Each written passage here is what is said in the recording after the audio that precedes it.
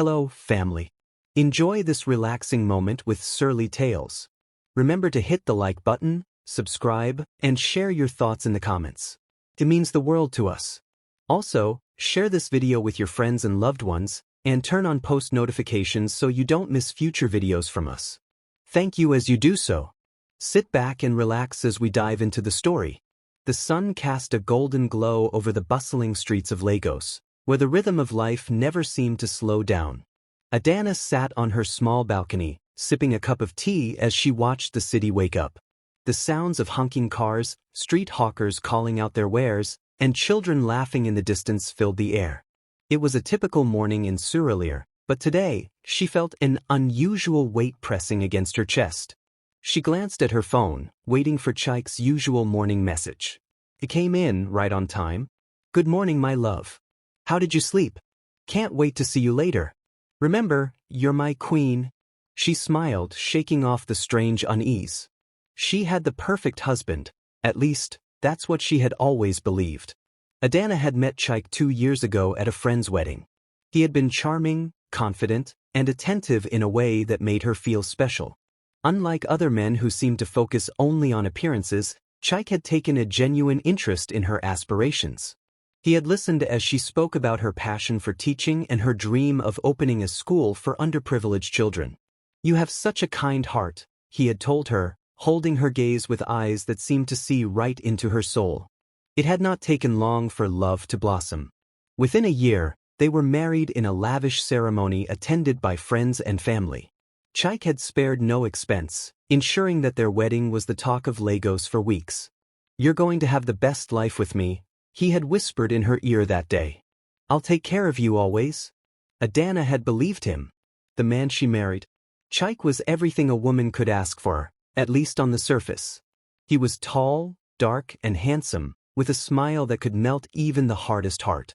His business was in international trade, and though he never went into details, he often spoke of expanding his reach beyond Africa.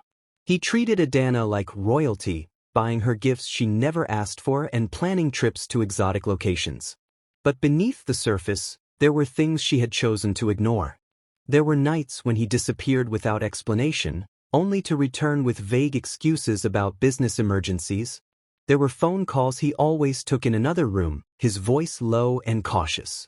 And then there was the money. Chike never seemed to run out of it, even when his business faced setbacks. He always reassured Adanna that she didn't need to worry about financial matters. "I've got everything under control," he would say. At first, she had been content to let him handle things. But as time passed, the questions began to build up in her mind. Where was the money really coming from? What kind of business required so much secrecy? But love had a way of silencing doubts. Every time she thought about asking, Chike would do something that made her feel foolish for even suspecting him. The proposal for a trip. One evening, as they sat on the balcony under the soft glow of the city lights, Chike turned to her with an excited gleam in his eyes. "Babe, I've been thinking. You've been working so hard, and we haven't traveled in a while. Let's go to South Africa?" Adanna looked at him, surprised. "South Africa? That's a bit sudden." "I know, but I have some business there, and I figured we could mix work with pleasure. You deserve a break, and I'd love for you to see Cape Town. It's beautiful." She hesitated. "I have work, Chike. The school depends on me." He took her hand, rubbing his thumb over her knuckles. "Just a week, my love. I promise it will be worth it." She sighed, feeling the familiar warmth of his charm. "All right," she said finally. "A trip sounds nice." His face lit up. "That's my queen." Packing the bags.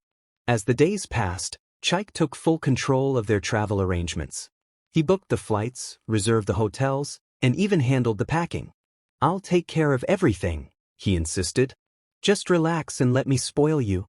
It was unusual for him to be so involved in details like luggage, but Adanna brushed it off. Maybe he was just being extra thoughtful. One night, as she walked into their bedroom, she found him carefully packing her suitcase. His movements were precise, as though he was organizing something important. "Chike, what are you doing?" she asked, laughing.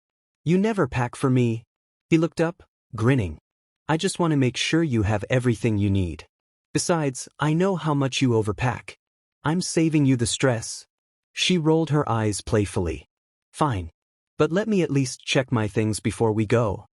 His expression flickered for a brief second before he masked it with a smile.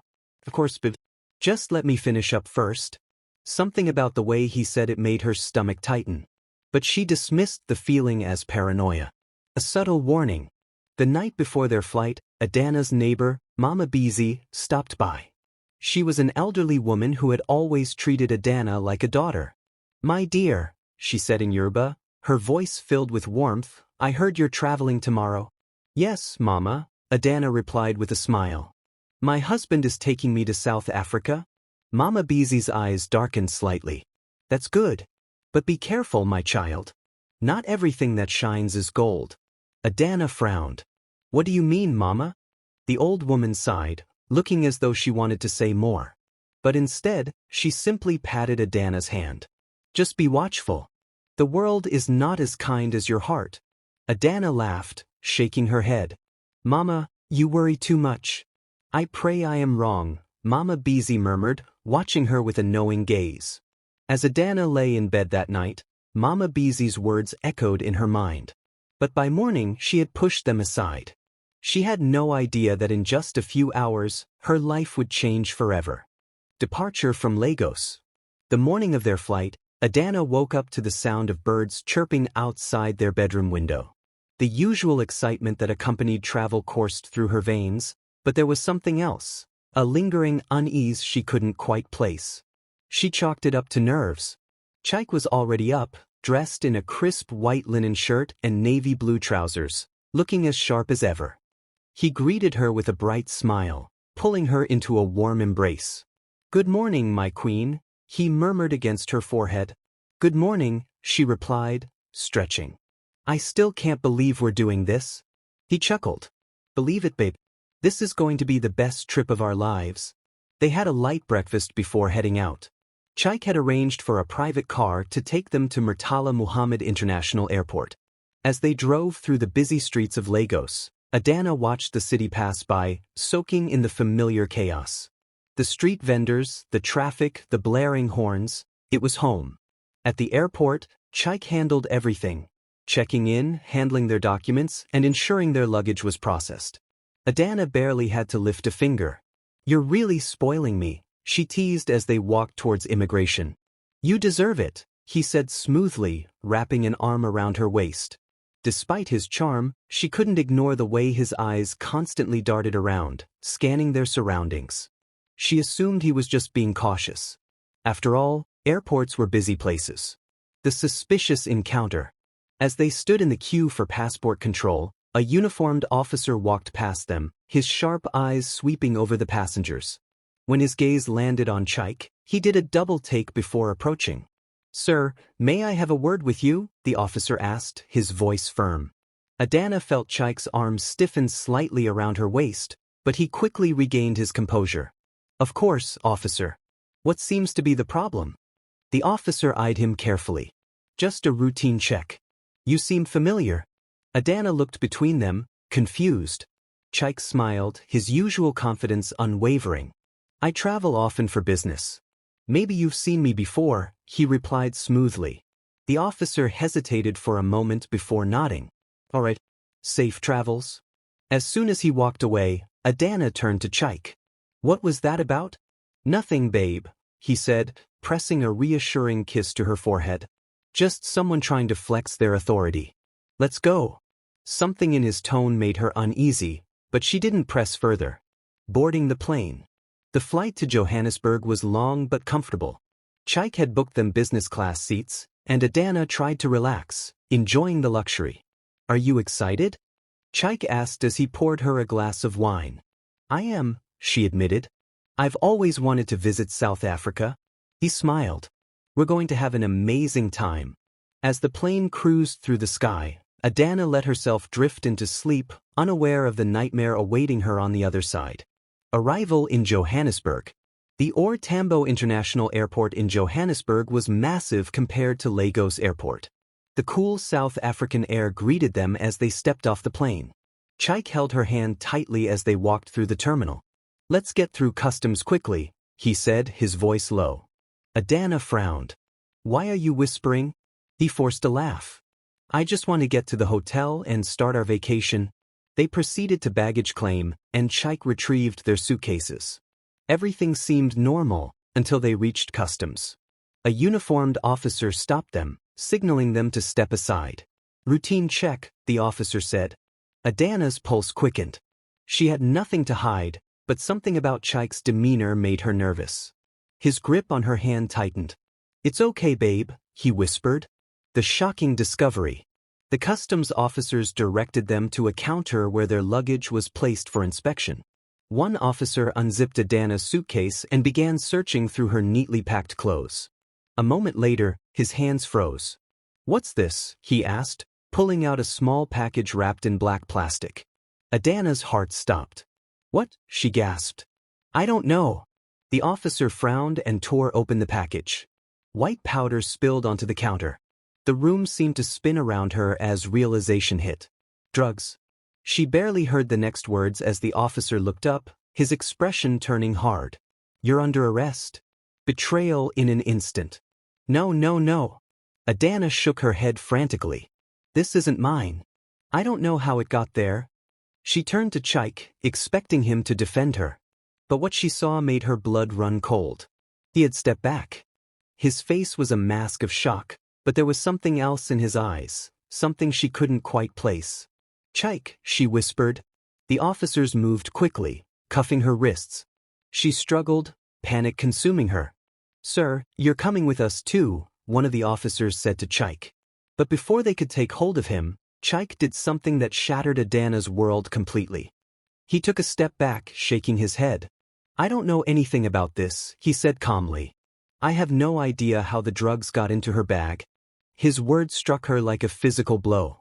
What? She whispered, unable to believe what she was hearing. Chike turned to her, his expression carefully neutral. I'm sorry, Adanna. Then, before she could process what was happening, he took a step away, then another. And then he ran. Chike, she screamed. But he was gone. Alone in a foreign land. Everything happened so fast. The officers tightened the cuffs around her wrists, leading her away as her knees threatened to buckle. This is a mistake, she cried. Please, I don't know anything about this. Her cries fell on deaf ears. Tears streamed down her face as the weight of betrayal crashed over her. The man she loved, the man she trusted, had set her up. And now she was alone. Alone in a foreign land. Alone, and facing a crime she did not commit. A cold awakening. The smell of disinfectant and damp cement filled Adanna's nostrils as she slowly regained consciousness. The air was heavy, thick with the scent of sweat and desperation. A dull ache pulsed at the back of her head, and when she opened her eyes, the harsh fluorescent lights above made her wince. She wasn't in a hotel room. She wasn't even free. She was in a prison cell. The events of the past day crashed into her like a tidal wave. The flight. The customs search. The drugs in her suitcase. Chike's betrayal. His retreating back. His lies. She sat up with a start, her heart pounding. The rough fabric of the thin mattress beneath her scratched against her skin. Her hands instinctively reached for her wrists, still sore from the handcuffs. Her cellmate, a gaunt woman with deep-set eyes, sat on the opposite bunk, watching her. You're awake, the woman said, her voice thick with an accent Adanna couldn't place. Adanna swallowed hard. Where am I? Johannesburg Central Prison. Prison. The words settled into her bones like ice. The harsh reality. Hours passed, but time felt meaningless. Every few moments, the heavy metal doors down the hall clanged open and shut as guards moved prisoners from one section to another. The sound sent shivers down Adanna's spine. A female officer eventually appeared at the bars of her cell, a stern-faced woman with sharp eyes. Adanna Okafor, the officer called. Adanna scrambled to her feet. Yes, that's me. Please, there's been a mistake. The officer cut her off with a raised hand. You have a visitor? Hope flickered in Adanna's chest. Maybe Chike had come to his senses. Maybe he was here to explain, to fix everything. She was led down a long corridor, past rows of prisoners in jumpsuits, some staring at her with curiosity, others with pity. The visiting area was small, separated by thick glass with old telephones attached to each station. When she sat down, she saw a woman on the other side, a stranger. The woman picked up the phone. Adanna hesitated, then did the same. "My name is Naledi," the woman said in a measured voice. "I'm a lawyer." Adanna's throat tightened. "A lawyer?" Naledi nodded. "The Nigerian embassy reached out to me. Your case is serious, Adanna. You're facing drug trafficking charges." The words sent a violent shudder through her. "But I didn't do anything," she cried. "I was set up. My husband, Chike, he's the one who did this to me." Naledi sighed, flipping open a file. "Tell me everything." A web of lies. Adanna poured out everything: the rushed trip, Chike's insistence on handling their luggage, his behavior at the airport, and most importantly, his betrayal at customs. Naledi listened, taking notes. When Adanna finished, the lawyer's expression was grim. "This isn't uncommon," she said finally. "Many women, especially from West Africa, have been tricked by people they love. Sometimes, it's their partners, other times, family members. These traffickers know that security is often more lenient with women." Adanna's stomach churned. "So what happens now?" Naledi exhaled. "The evidence is strong against you. The drugs were in your suitcase. And your husband is nowhere to be found." Adanna's hands curled into fists. "He ran," she whispered. "He left me to take the fall." Naledi nodded. "And now you're the one facing 15 to 20 years in prison. If we don't fight this?" A glimmer of hope. Over the next few days, Adanna sat through multiple interrogations.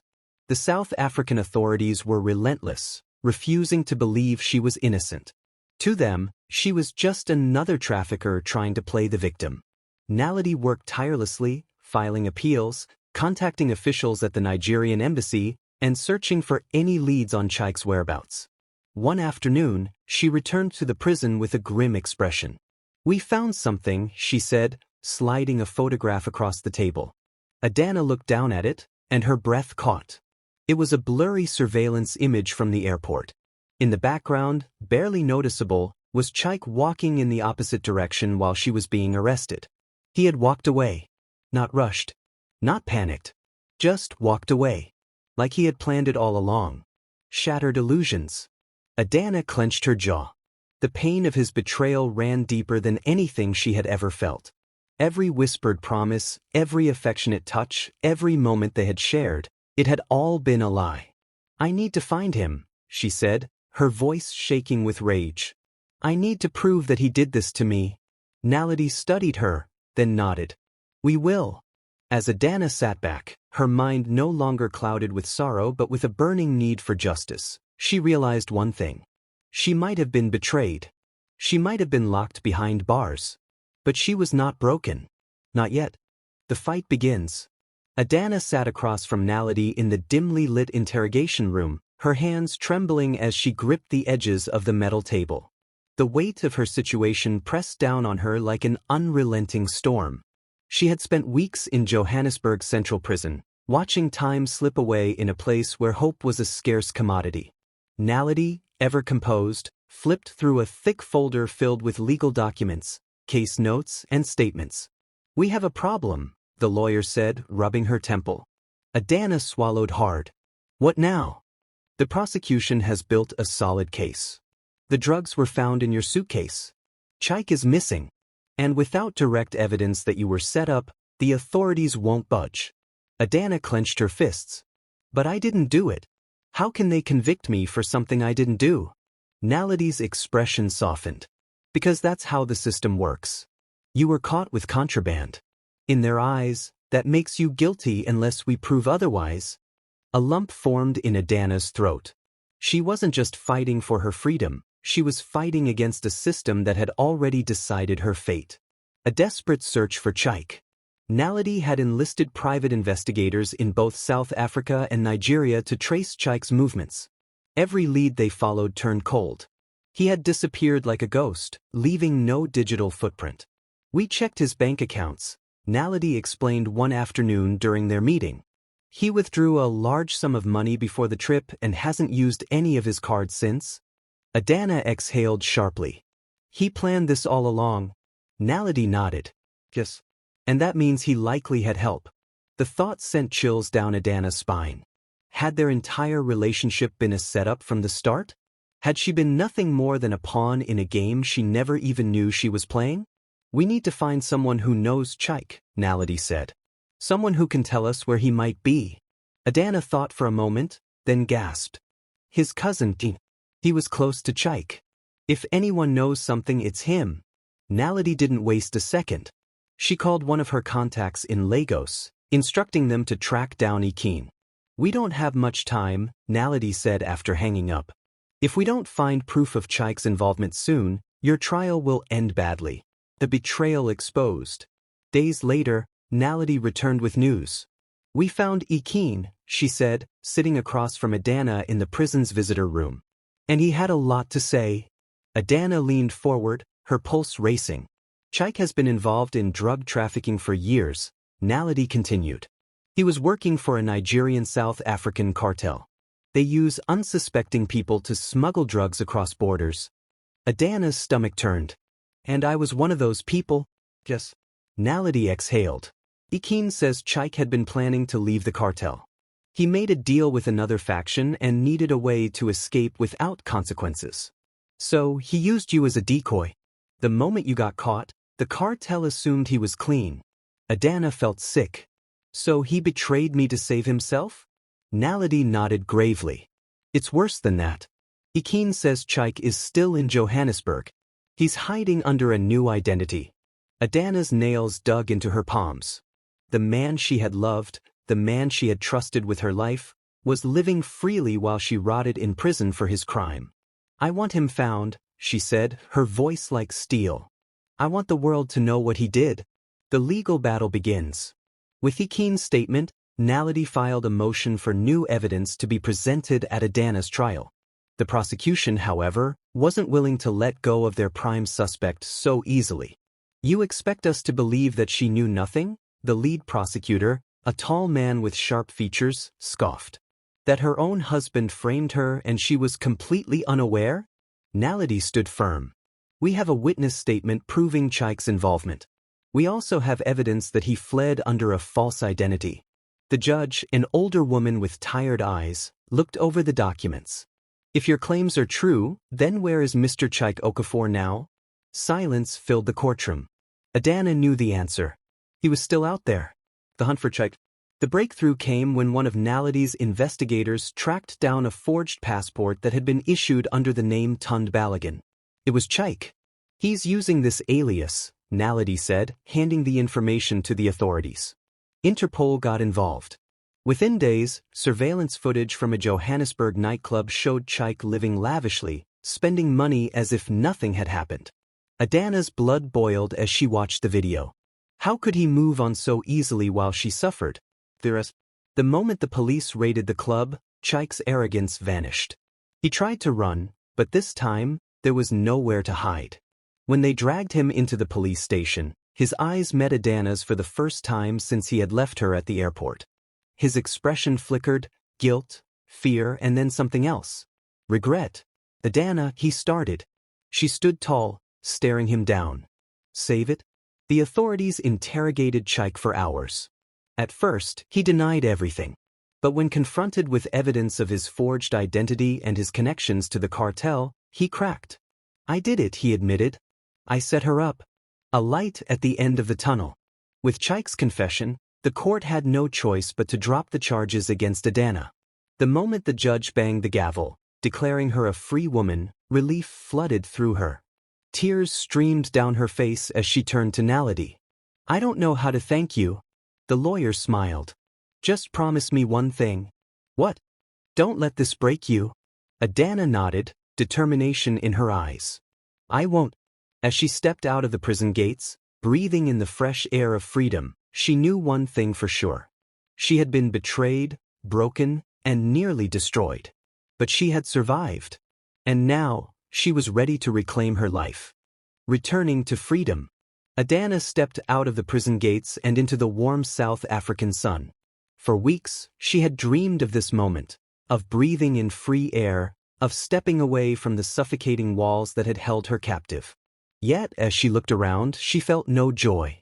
Only exhaustion. Her body was free, but her soul was still shackled by the betrayal that had brought her here. Naledi walked beside her, keeping a steadying hand on her shoulder. "You're free, Adanna. You won." Adanna let out a bitter laugh.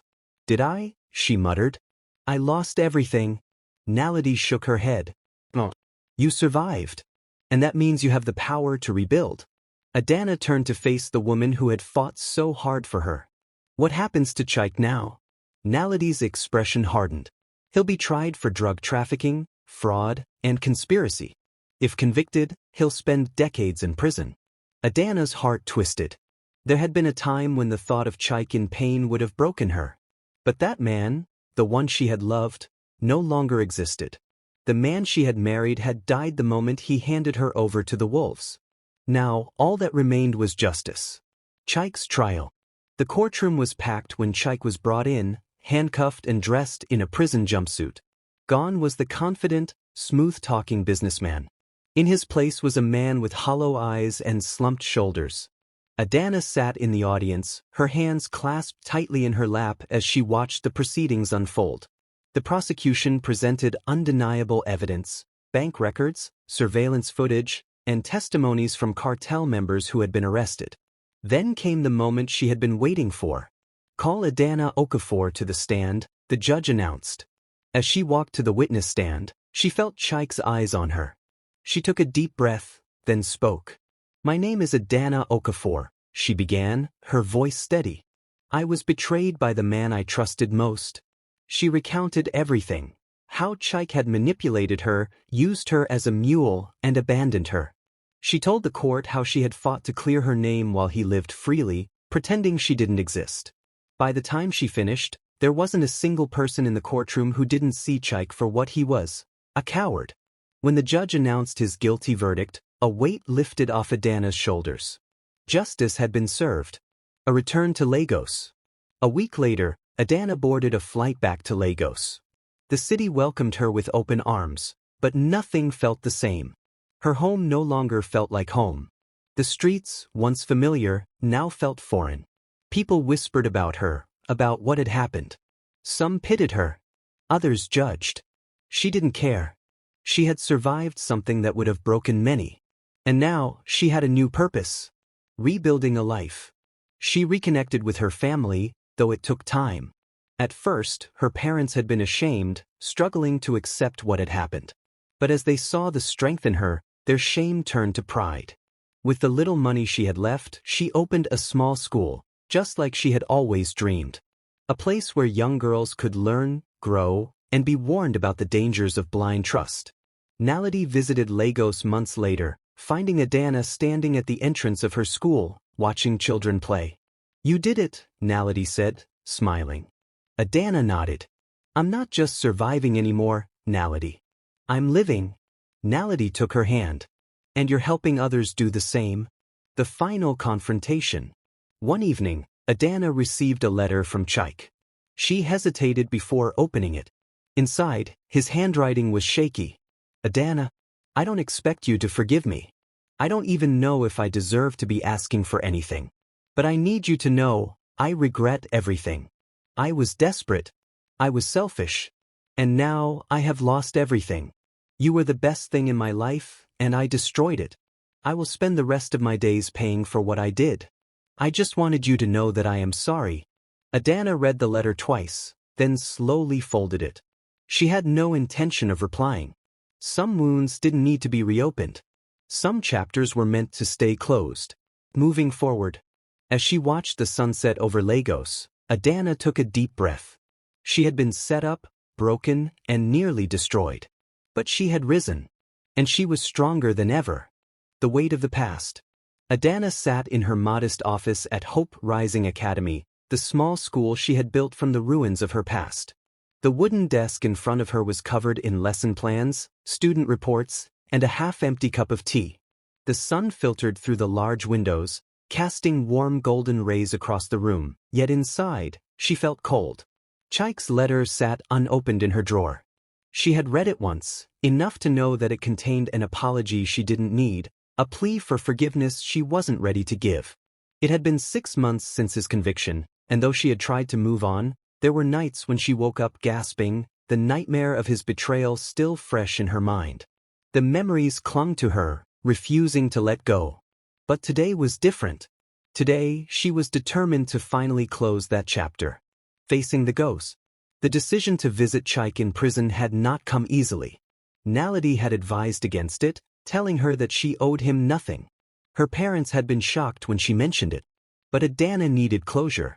She needed to see him one last time, not for his sake, but for hers. The prison was a cold, unwelcoming structure, its towering gray walls a stark contrast to the bright world outside.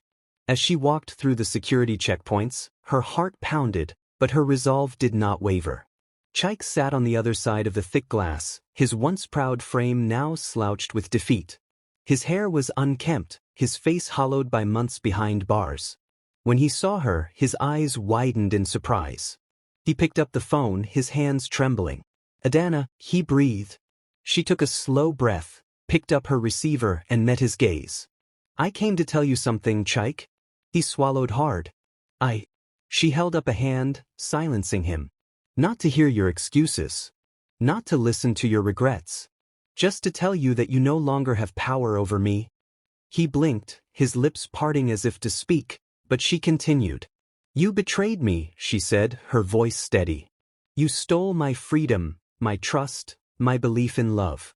You left me to rot while you walked away without a second thought. And for months, I let that pain consume me." Chike's eyes filled with something, shame, perhaps. "But I refuse to carry this burden any longer," she said, her voice unwavering. "I'm done letting you haunt me." He exhaled shakily. She placed the receiver down, standing before he could say another word. As she walked away, she felt lighter. Stronger. Chike was no longer a shadow in her life. He was just a man in a prison cell. Embracing the future. The drive back to Lagos felt different. The roads, once a reminder of a past she wished to escape, now felt like pathways to a future she was ready to embrace. At Hope Rising Academy, the children ran to greet her, their laughter filling the air like music. They were the reason she had fought so hard to survive. Naledi arrived later that evening, finding Adanna sitting on the school's front steps. "How did it go?" the lawyer asked, sitting beside her. Adanna smiled faintly. "I let him go." Naledi studied her for a moment before nodding. "You're stronger than you realize, Adanna." She took a deep breath, looking up at the sky. "I think I finally believe that. A new beginning."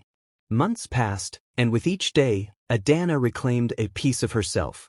She expanded her school, partnering with NGOs to educate young girls about the dangers of trafficking and exploitation. She spoke at conferences, sharing her story, not as a victim, but as a survivor. One evening, as she stood before a crowd at a women's empowerment seminar, she took a deep breath and began. "My name is Adanna Okafor. I was betrayed, imprisoned, and almost lost everything. But I refused to let my story end there."